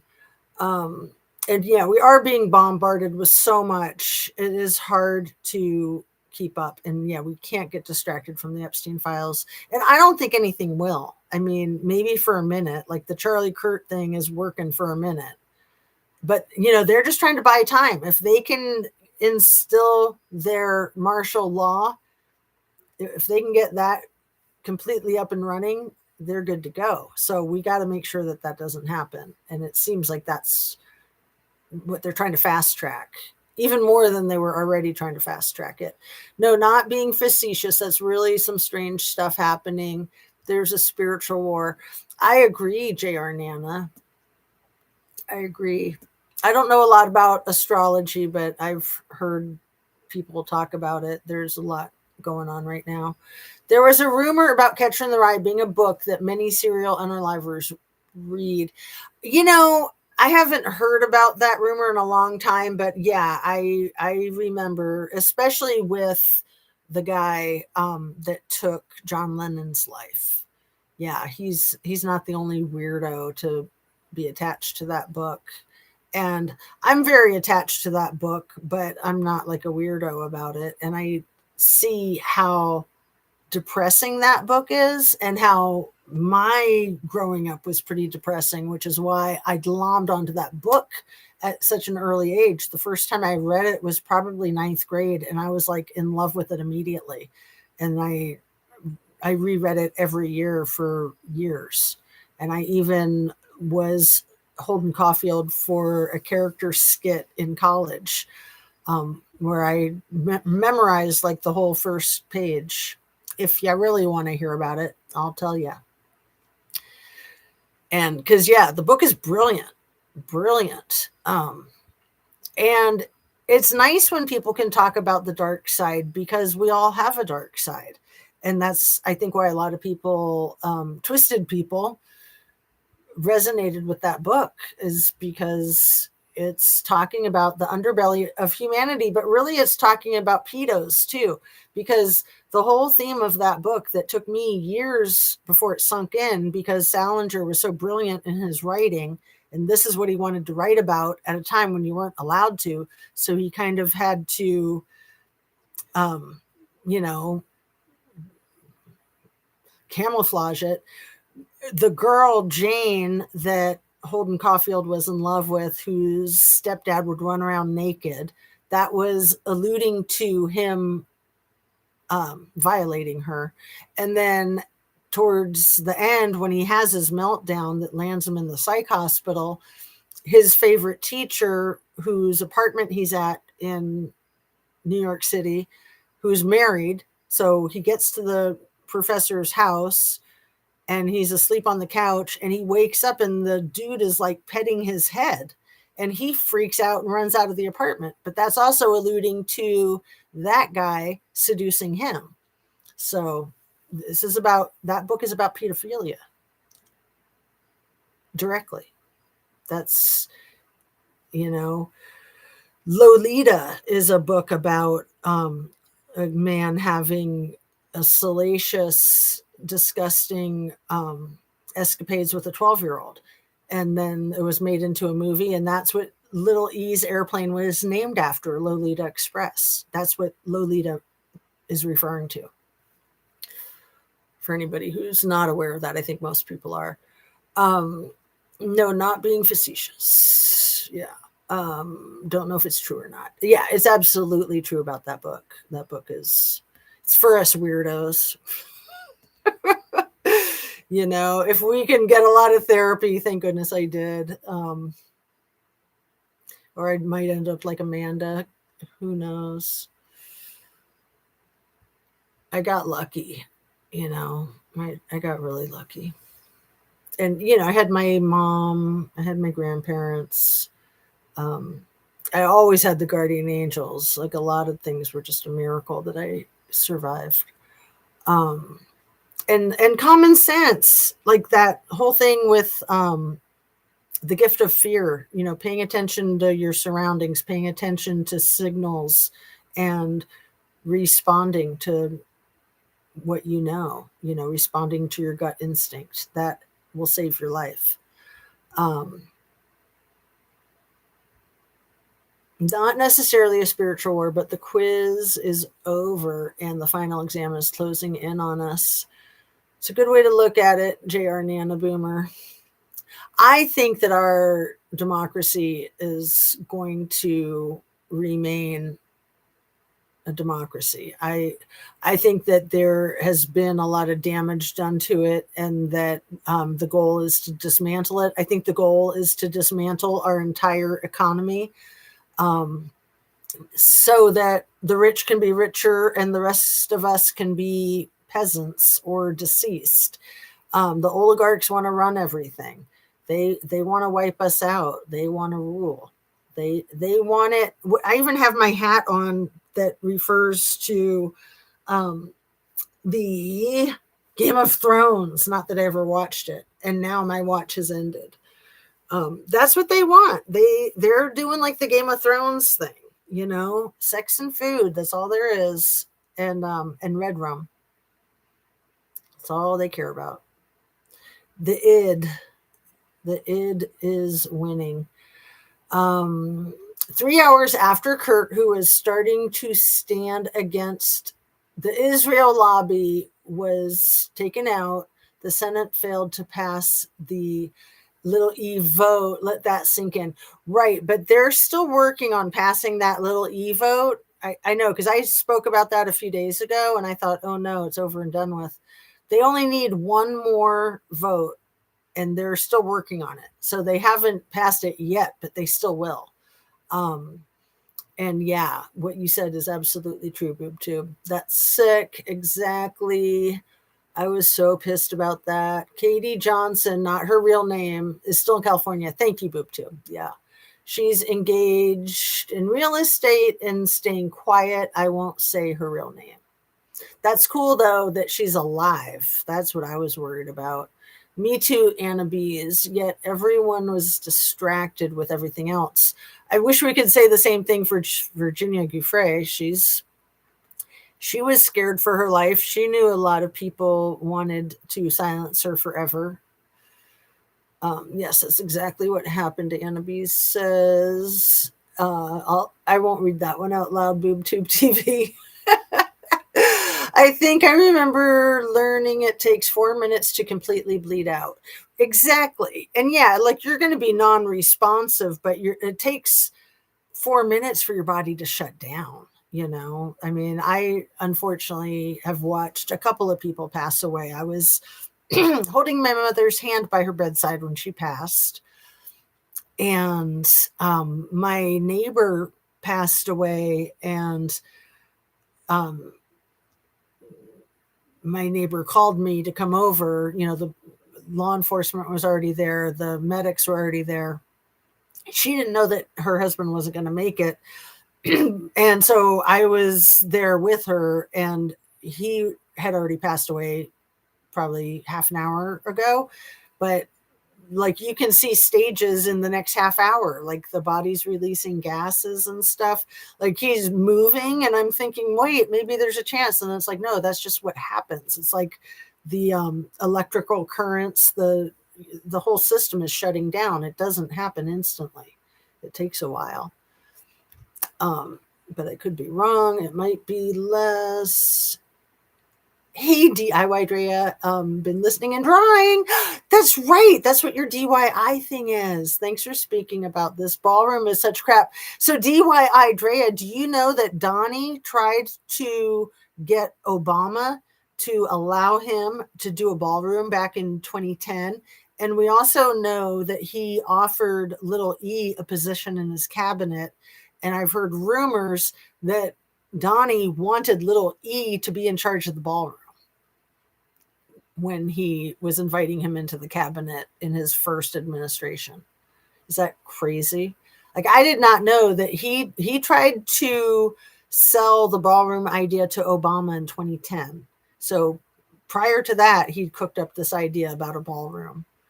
No one wants a dang stupid gold chintzy ballroom. I like it when people, I think it's like the I've had it ladies will say things like, you know, he's turned the Oval Office into something that would even make Liberace blush. Like, it is so gaudy. It is so gaudy. Like, the man has no taste. Zero. And no common sense. Catcher in the Rye was always my favorite too since 6th grade. Oh, DYI, that's so cute. I see, maybe I read it earlier than 9th grade, but I thought 9th grade was the first time I read it. I don't know. I was in California, and it was like, I remember it being required in school. And then I moved to Ohio for 10th grade. And in 10th grade, it was required for school too. And I liked it so much, I just went ahead and reread it. And then I started reading it like once a year. It was like my thing. And then I think the last time I read it, it was like the 13th time that I was reading it. And I was just kind of like, I've read it too many times. Money and power. I was sitting with my wife 24 years ago when she took her last breath. Oh, Fred, I'm so sorry. Yeah, that is nuts, isn't it? It's so hard to. It's nice that you could be there. I mean, I hopefully you feel that way in a sense. Nice that you could be there, like to support her on her transitioning. I mean, that's a very intense thing to transition, man. Very intense thing.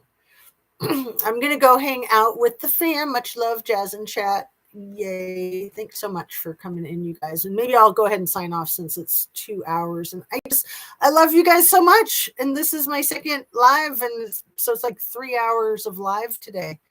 And I'm just loving it. I just feel like I need to talk about this stuff because, yeah, it's freaking me out. And I'm just like, what can I do to help? And, you know, part of it is just getting it off my chest. And the other part is sharing ideas that I haven't seen out on the internet. I'm so a lot of these ideas that I think are crazy and unique to me, and that it's only me saying it because I'm a small channel. I don't have to worry about larger channels like larger channels do. But then I see that larger channels are talking about it too. And I'm not saying that they're getting it from me because I think that they're saying it either like at the same time that I'm saying it, or maybe they said it before and I didn't see it. But there's a lot of people that are thinking these same crazy things about the government being behind Charlie's thing, like what you guys were saying. I think without a doubt,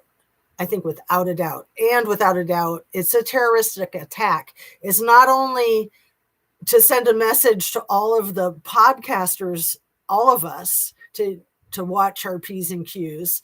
It's sending a message to every college and high school across the country and worldwide that you're not safe on your own college campus. It kind of reminds me even of the shooting at Kent State. That was 4 people, and that was the National Guard. But with all these National Guards that Trumpster Fire keeps calling into these cities, I think he's hoping for another Kent State. That's what he's vying for. It's exactly what he's vying for. And then to have this happen with Charlie Kirk on a college campus. But see, Trumpster Fire is in crisis mode. His whole administration is in crisis mode. They know if he goes down, everybody who's broken any law, and that's pretty much all of them, they will all go down with him. So, and then he won't be around to pardon them anymore. He won't be in that position to pardon them. So glad to see all of you here. I miss you guys. You aren't safe in grade school. I know, it's so sad. And like you guys were saying earlier in this live, nobody's talking about the shooting at the Evergreen High School in Colorado because Charlie's execution or assassination overshadows it.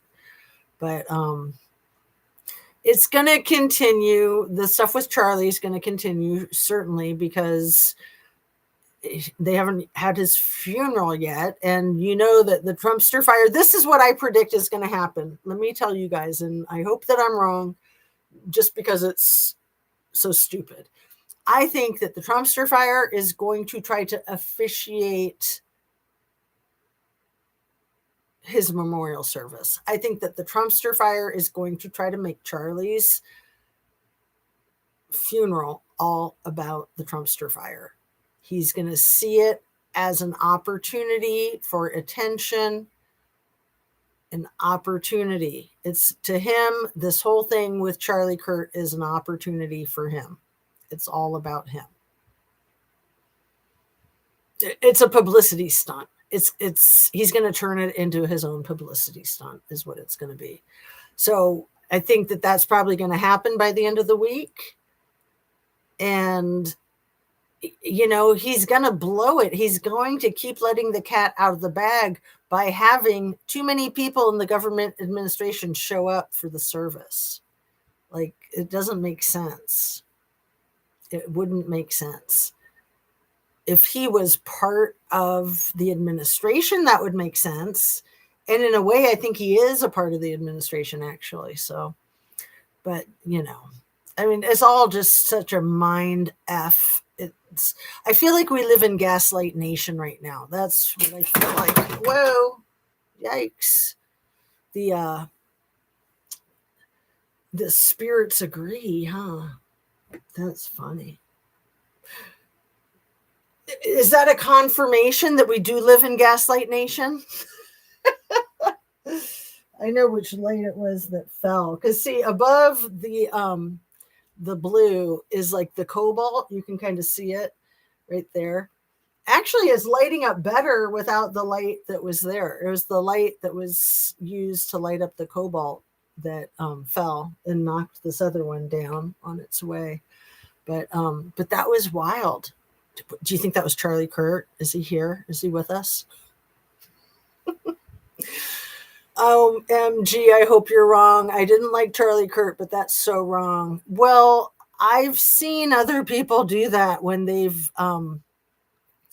had somebody rubbed out, and then they're just trying too hard, just like Scammy was trying too hard by leading the search for Kylie. It's like they're being a control freak. They're trying to keep their thumb on the pulse. They're trying to know everything that everybody knows. They're trying to be in the center of it all because they need to be to try to keep the charade up.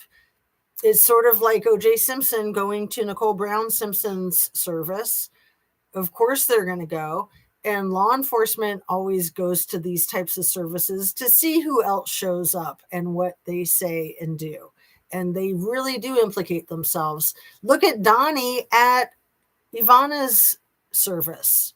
I used a photograph of him and his whole family from Ivana's funeral service for one of my thumbnails a couple months ago. It was a stage for him. It was a stage for him. Like, they were divorced.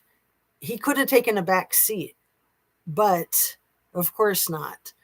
And he wasn't the president at that point in time. It was 2022, 2 weeks and 2 days after Jiz was sentenced. Ivana knew all the dark, dirty secrets. And, I was thinking about the timing of it. So Ivana was estranged from him by 1989 when he violated her before she was leaving on the trip with the widow, one of those Taj Mahal executives of Donnie's. Taj Mahal opened, he claimed Taj Mahal bankruptcy before it even opened. So that was, I think, part of why he had those people offed.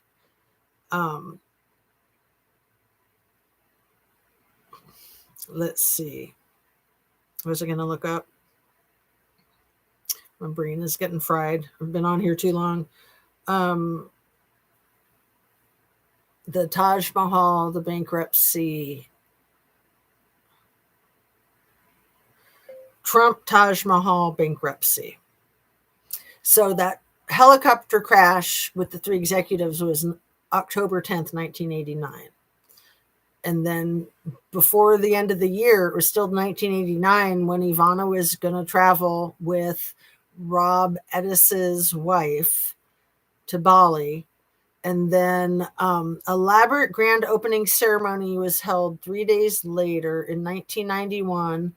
The Taj Mahal went through a pre-packaged bankruptcy, resulting in the Trumpster fire giving a 50% stake in the business to its bondholders in exchange for lowered interest rates and a longer payoff.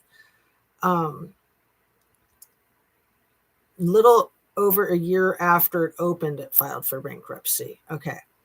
So I think it opened in 1990, and then 91 was the bankruptcy. 89 was when the three executives went down in that helicopter crash.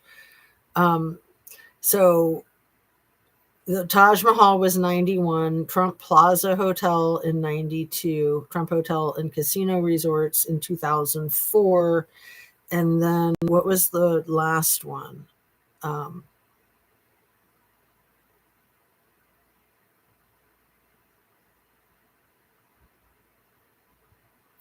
sorry. Let me just see if I can, because it says that there were 4 bankruptcies, but I think that some of them were like more than one bankruptcy in one. So it's actually more than 4. So Trump Entertainment Resorts in 2009. But then he quit owning the teen pageant thing in 2016, like October, right before the election. Right before the election. Anyway, I am going to wrap up. Love you guys. And I see you on the next one. Just a second, hon. Let's see. Drink your water, eat your protein.